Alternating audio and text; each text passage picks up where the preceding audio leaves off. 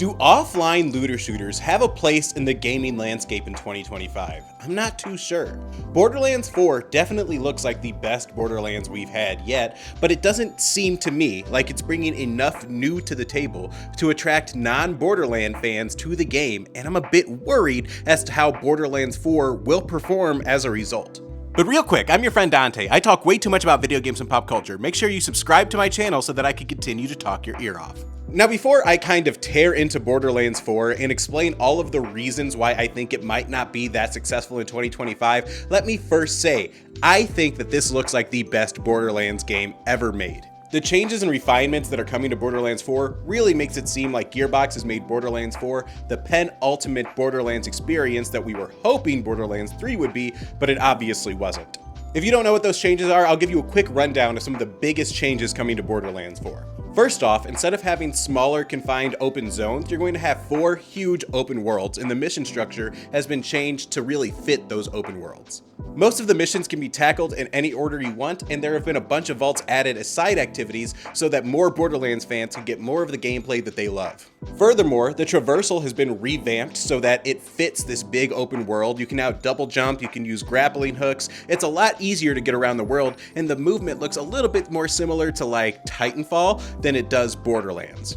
You're still going to be playing as one of 4 Vault Hunters, that hasn't changed, but apparently there's a lot more customization that comes with those Vault Hunters. In none of the previews that I've seen has anybody actually gone into how you can customize the Vault Hunters, but apparently you might be able to swap out the heads and a few accessories, though it's not to the level that I would like, and I'll get to that in a bit. When it comes to the loot, is that according to Randy Pitchford, there are billions of guns that you can collect, and the rarer guns have been made even more rare, and the effects have been made better, so that while it is harder to get legendaries, it feels a lot more worth it when you get them. While vehicles have always been a Borderlands staple, they've added a new quick drop bike-like vehicle, kind of like the one that you get in Destiny, so that'll be fun. That'll make it easier to move around the map. It sounds like Claptrap is annoying as he's ever been, but now you can mute him, so I mean, that's a positive.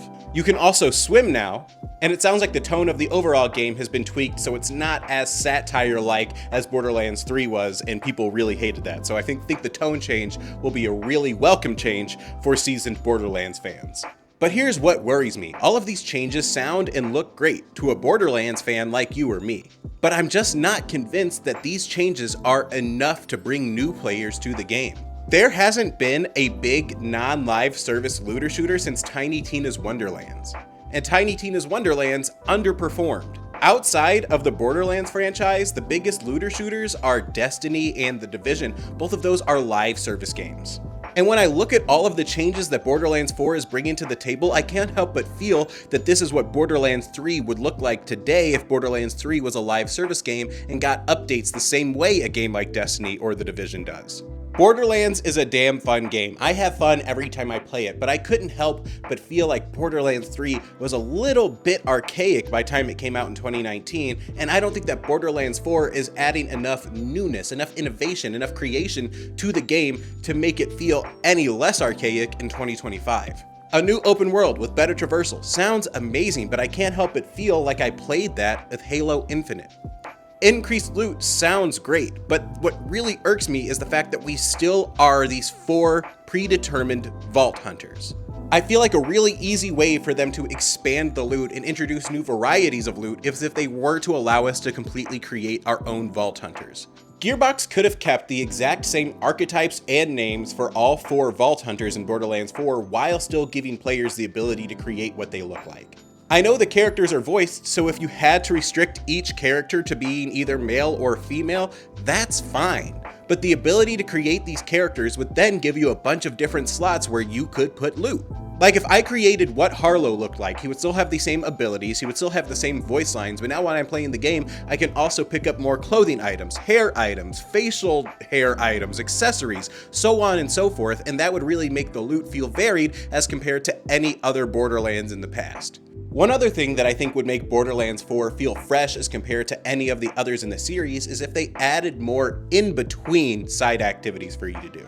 What I mean by that are times for the game to slow down, for you to appreciate the time you've spent with your characters. Clair Obscur, Expedition 33, Red Dead Redemption 2, Ghost of Tsushima, these are all games that have really nailed that idea of just taking a second to breathe and soaking it all in while you're in the middle of this grand adventure, and I feel like Borderlands with its high-octane gameplay could really benefit from those moments of solace.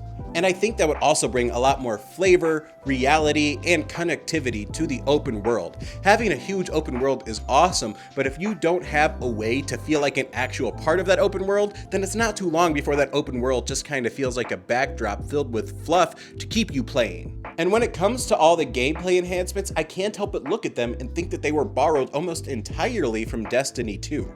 And while I do think that is great because Destiny 2 has amazing gameplay features, that just further cements this idea in my head that Borderlands 4 isn't doing enough to make it a Borderlands of today rather than a refined version of Borderlands from yesterday. Gearbox keeps marketing Borderlands 4 as some fresh take on the Borderlands franchise, and every time I see more gameplay, the more I'm reminded of just the existing Borderlands games. It doesn't feel like a rebrand, a relaunch, a refresh, whatever you want to call it, of Borderlands. It just feels like a more refined version of the games that they made in the past.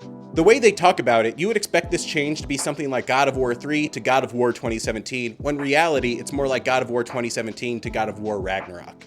Now, like I said, I do think this game looks fun. I'm going to play it. Probably not at the $70 price tag. I'll probably wait for it to go on sale, but I do think it'll be a good time. But I think that's because I'm a Borderlands fan. I know what I'm getting when I play this game. This is a game from my childhood. I get a little bit of nostalgia when I play this game. It reminds me of a simpler time. But today, gameplay is getting insanely complex by the month. I mean, looking at upcoming releases like Where Winds Meet, like Crimson Desert, like Phantom Blade Zero, like Grand Theft Auto 6, I can't help but look to the future as one in which gameplay is completely reimagined from what we've previously experienced.